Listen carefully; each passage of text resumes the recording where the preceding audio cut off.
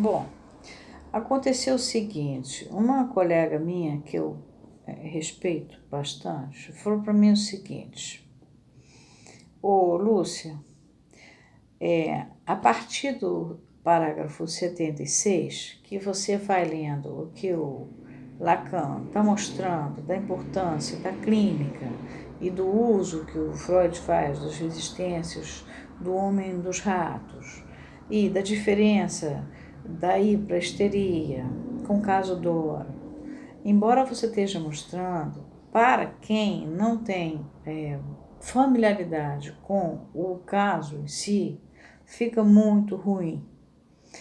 Então, eu acho que você devia pegar o caso dos ratos e trabalhar com ele para que ficasse claro os comentários que o Lacan faz. Eu vou ver como é que faço isso, porque o caso do Homem dos Ratos não é um caso simples, pequeno. O nome dele em português é Notas sobre um caso de neurose obsessiva, mas a palavra na verdade é Comentários sobre um caso de neurose obsessiva. E ela me fez chegar à conclusão que Lacan, na verdade, o seminário oficial, que é o seminário 1, editado, antes dele já havia outros seminários. E nessa época anterior é que ele trabalhou com o Homem dos Ratos. Então, que por favor eu desse um jeitinho. Então eu vou tentar dar o meu jeitinho. Eu vou ler um pouco da nota do editor inglês sobre esse caso, que diz o seguinte: o tratamento desse caso por Freud começou a 1º de outubro de 1907.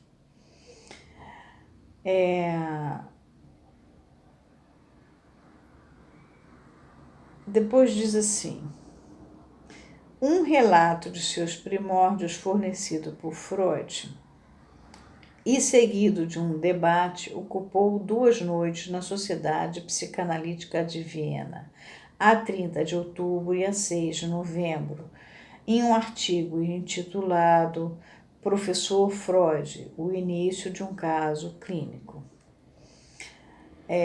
Pequenos relatos posteriores sobre detalhes do caso foram apresentados por Freud à Sociedade de Viena a 20 de novembro de 1907 e 22 de janeiro e 8 de abril de 1908.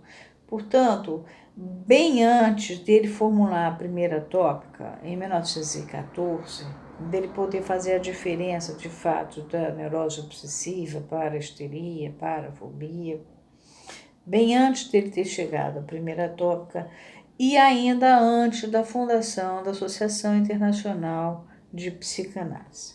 Continua. Um relato mais longo foi apresentado por ele, Freud, no primeiro Congresso Psicanalítico Internacional, realizado em Salzburg, a 27 de abril de 1908. Reparem que o grupo de psicanalistas já se reunia para fazer um congresso internacional. Segundo o Dr. Ernest Jones, nele presente, a exposição de Freud exigiu 4 horas.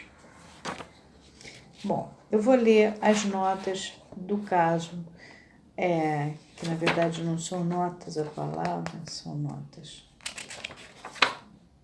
São comentários sobre um caso de neurose obsessiva, a introdução feita pelo Freud. Vocês vão ver que é muito claro, Freud, muito fácil de ser compreendido. Introdução. O assunto contido nas páginas a seguir será de 2 categorias. Primeiramente, fornecerei alguns extratos fragmentários oriundos da história de um caso de neurose obsessiva. Esse caso, julgado por sua extensão, pelos danos de suas consequências e pelo próprio ponto de vista do paciente a seu respeito, merece ser classificado como um caso relativamente sério. O tratamento, que durou cerca de 1 ano, acarretou o restabelecimento que durou restabelecimento completo da personalidade do paciente. Reparem as palavras que ele usa. Ele parece um médico fazendo um relato mesmo. Bem como a extinção de suas inibições. Ele ainda não tinha chegado em inibição, sintoma e angústia, que vai chegar só em 1920, lá para cima, 25, sei lá.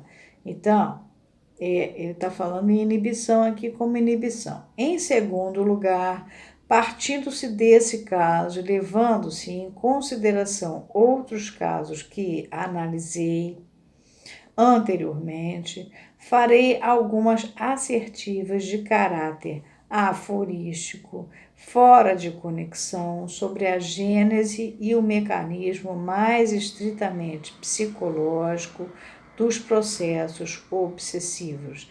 Reparem que Freud também não usa a palavra origem, ele não é chegado a uma ontologia platônica, é gênese. Assim, espero desenvolver as minhas primeiras observações sobre o assunto, publicadas em 1896. Desde 1896, ele já vinha trabalhando com isso. Em 1896, o trabalho se chama Novos Comentários sobre as Neuropsicoses de Defesa. Está na seção 2, a natureza e o mecanismo das neuroses obsessivas. Um programa desse tipo parece exigir de mim alguma justificativa. Isso porque, de outro modo, se poderia pensar que encaro esse método de fazer um comunicado como perfeitamente correto e como um método a ser imitado, ao passo que, na realidade, me estou ajustando a obstáculos, alguns externos e outros inerentes ao próprio assunto. Eu teria com satisfação comunicado mais coisas, caso me fosse certo ou possível fazê-lo. Não posso fornecer uma história completa do tratamento, porque isso implicaria em entrar em pormenores das circunstâncias da vida de meu paciente. O premente interesse de uma grande cidade voltada com uma especial atenção para as minhas atividades médicas proíbe-me de dar um quadro fiel do caso. Por outro lado, vim progressivamente a encarar as distorções de que comumente se lança a mão em tais circunstâncias, como inúteis e passíveis de objeção. Sendo insignificantes, essas distorções pecam em seu objetivo de proteger o paciente contra a indiscreta curiosidade, ao passo que, se vão mais além, requerem um sacrifício muitíssimo grande, de vez que destroem a inteligibilidade do material, a qual depende, por sua coerência, precisamente dos pequenos detalhes da vida real. Reparem o cuidado dele e, ao mesmo tempo, as restrições que ele está vivendo. E, a partir dessa última circunstância, provém a verdade paradoxal de que é muito mais fácil divulgar os segredos mais íntimos do paciente do que os fatos mais inocentes e triviais a respeito dele. Enquanto os primeiros, quer dizer, os mais íntimos, não esclareceriam sua identidade, os outros, que identificam eles, pelos quais ele é geralmente reconhecido, torná-la-iam óbvia a qualquer um. Então, ele aí vai poder trabalhar com as coisas de segredo do camarada, sem precisar expor a exterioridade dessa pessoa. Essa é a minha desculpa por haver reduzido tão drasticamente a história desse caso e seu tratamento.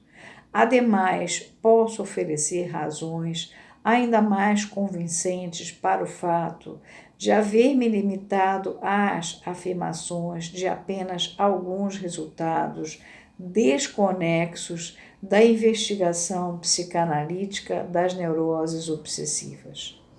Devo confessar, aí é importante, que ainda não logrei penetrar inteiramente na complicada textura de um sério caso de neurose obsessiva. Isso só vai acontecer no volume 14, nós estamos no volume 10. Nós estamos em 1909, isso só vai para lá para 1914.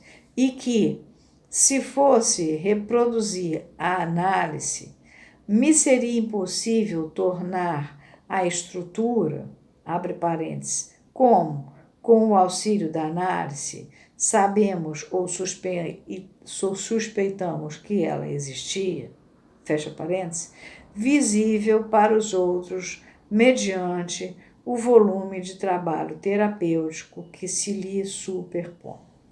O que tão enormemente se acrescenta à dificuldade de fazê-lo são as resistências dos pacientes e as formas como elas se expressam.